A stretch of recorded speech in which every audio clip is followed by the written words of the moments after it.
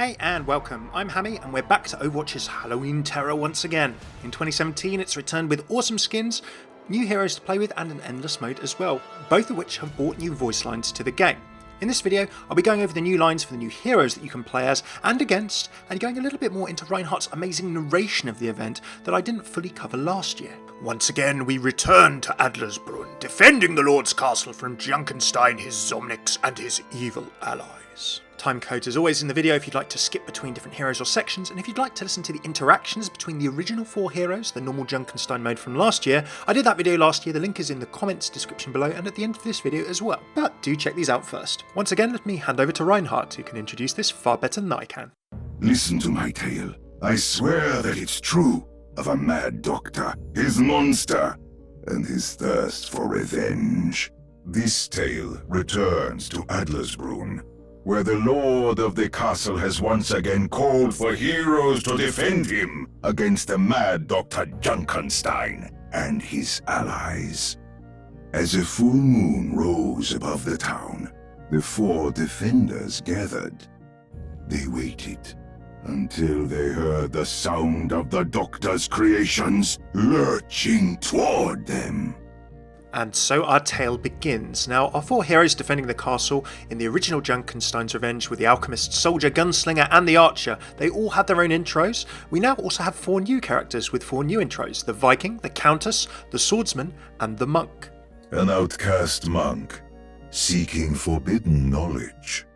A nomadic swordsman, traveling the world in search of inner peace. A rich and powerful countess, known as a hunter without peer.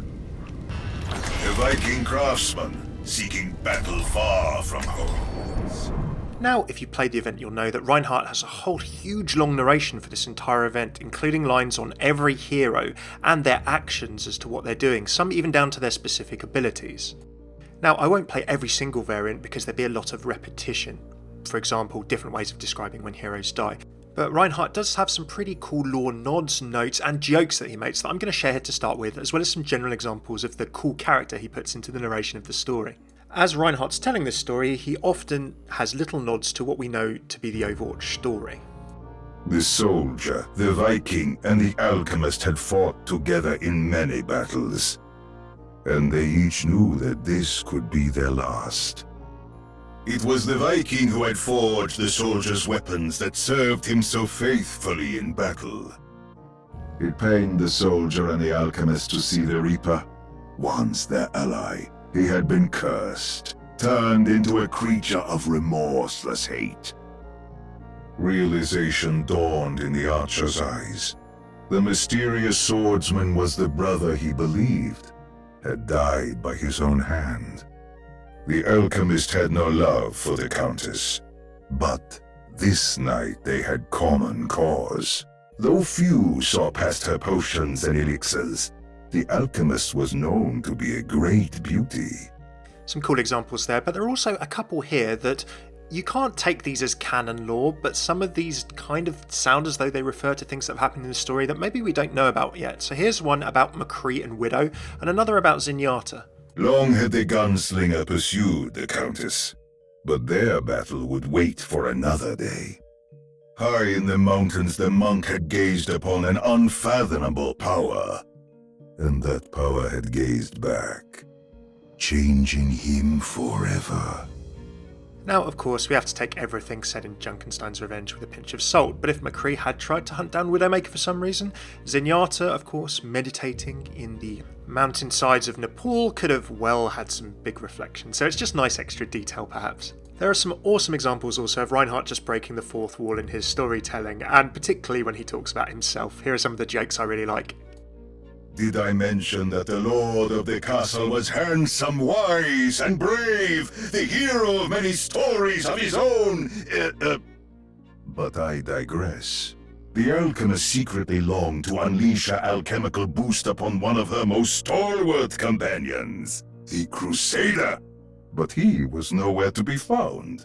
Oh, how the heroes lamented their need for a shield, realizing too late they had taken for granted its protection. The heroes' defense was not enough, as one of their numbers fell.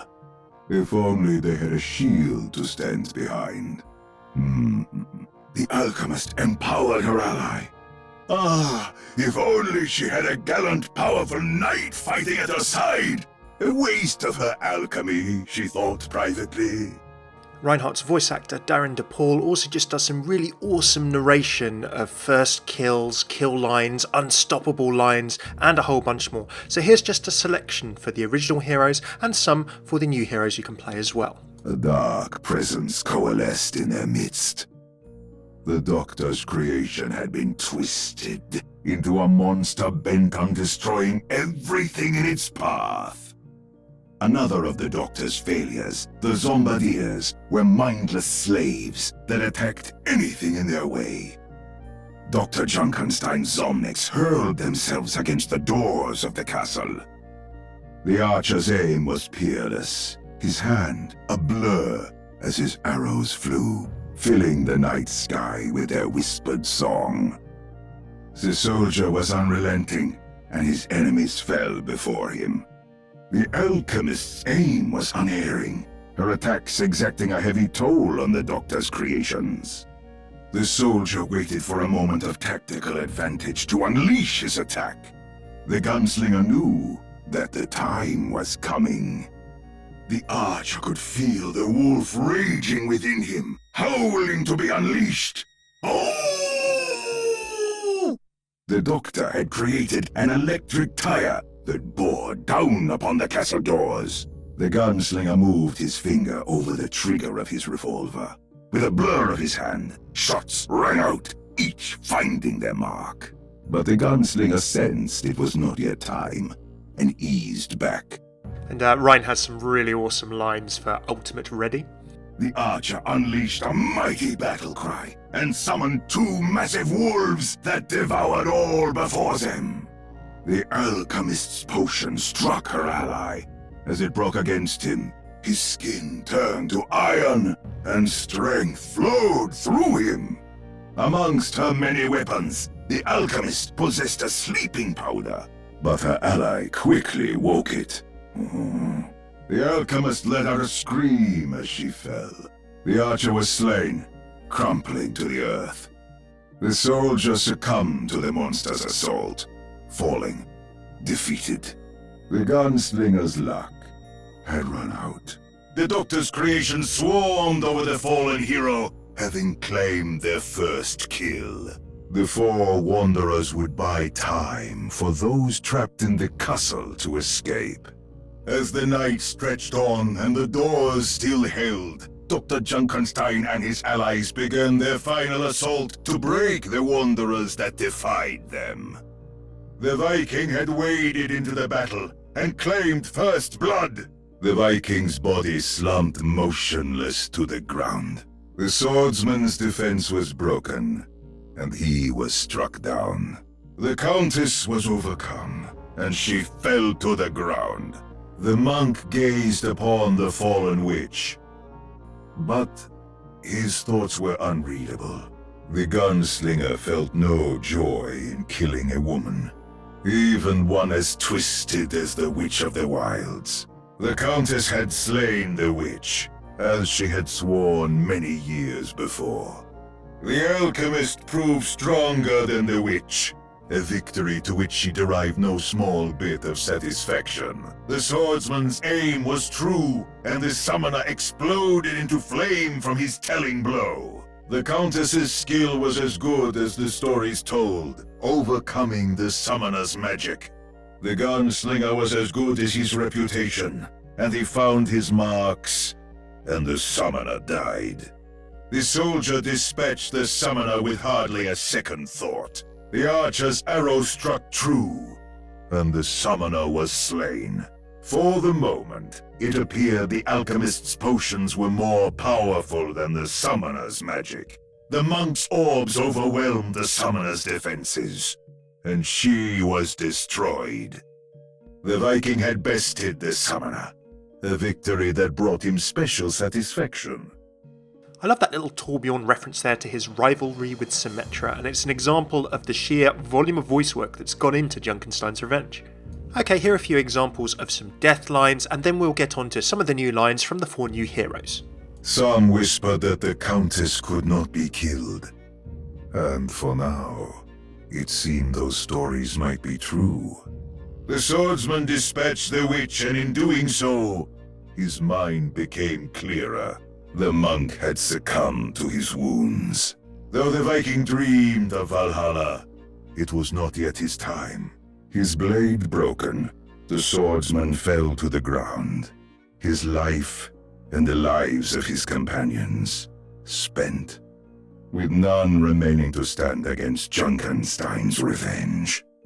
The Viking's last mortal battle was fought, and he was ushered to Valhalla to await Ragnarok. But his earthly companions were not so lucky, and Junkenstein would have his revenge. With a last sigh, the life dimmed from the monk's eyes, and he slumped to the ground, powerless to stop the revenge of Dr. Junkenstein. There were those who believed that the Countess could never die, but that night the legends proved wrong, and as she fell, so too did the castle. The sound of shattered glass filled the night as the alchemist's potions fell to the ground, their contents mixing with the blood of the wanderers. Dr. Junkenstein would have his revenge. The gunslinger could fight no more. He fell to the ground alongside his defeated companions, leaving none to stand in the way of Junkenstein's revenge. With a defiant cry that died in his throat, the archer, last of the castle's defenders, was overwhelmed, and Junkenstein's revenge was sealed. The soldier fought valiantly, but in the end, he succumbed, just as his comrades in arms. This night, Dr. Junkenstein's revenge would not be denied. I really love the announcer work of Reinhardt for Junkenstein's Revenge. As you can just see from this very small section, and I know this has been quite long, there is so much of it, so it's just really, really cool. Okay, finally I'll be playing you a few of the new lines that Genji, Torbjorn, Widowmaker and Zenyatta actually utter in the new Endless mode, and then a few of my favourite lines from McCree, who's had a few new lines, and also Mercy. Some of these are new, some of these you might not have heard last year as they went in the game files, so I will repeat them. Again, timecodes in the description if you want to skip. That's enough from you, Dr. Junkenstein. The Reaper is dead. For now. Kill the bitch! The Reaper still lives! Someone silence the Doctor! He's getting on my nerves! The Summoner is no more. Junkenstein's monster has fallen. The Reaper still haunts us. The Summoner's threat must be ended. Dr. Junkenstein, so good of you to join us.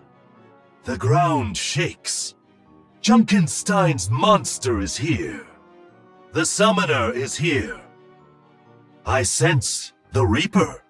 I sense the presence of the Witch. Dragon magic's not enough to save you from me. Someone needs to put a bullet in that summoner. It's time to slay the dragon. Is it getting hot in here? Never trusted those summoners. The Doctor is dead. Not so immortal after all. Try harder next time, Junkenstein. I've never hunted a dragon before. The Summoner is dead. The Witch must die! Kill the Summoner before she works her spells! Kill that dragon worshipper! The servant of the dragon has come. The Reaper is gone. For now, the Witch is felled. Junkenstein's monster falls. Dr. Junkenstein is no more. The Mage's flame is extinguished. I sense a dragon. You amuse me. Serve me. This is not the end. I will return. You think you can oppose me? Go, my servant. Destroy them. Those enchanted can never die. A dark power calls you forth. Dr. Junkenstein, remember the price agreed upon. What if I gave you the chance to undo the choices you've made? What would you give me were I to heal your arm, gunslinger? I could restore your sight. My price would only be a very small thing. You believe your brother is dead, Archer, but he lives.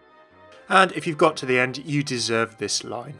I originally found this in the voice lines last year, and it's still there in the game files, so do let me know whether you think it's cheesy or not in the comments. It's high moon. Throw a like or subscribe if you enjoyed. Do let me know your favourite lines in the comments, and thank you for tuning into this Halloween 2017 edition for new voice work for the Junkenstein Brawl. Let me know how you're enjoying the event. Remember, if you want to see the interactions and listen to those between the different heroes in the normal mode, the video is linked here and in the description below too. Do check out my other Overwatch and Overwatch hero lore, skin, interaction and voice lines vids, as well as lots more about Overwatch in the playlists. And a big thanks to my patrons on Patreon, without whom these videos wouldn't exist. Cheers for tuning in. I've been Hammeh. Take it easy.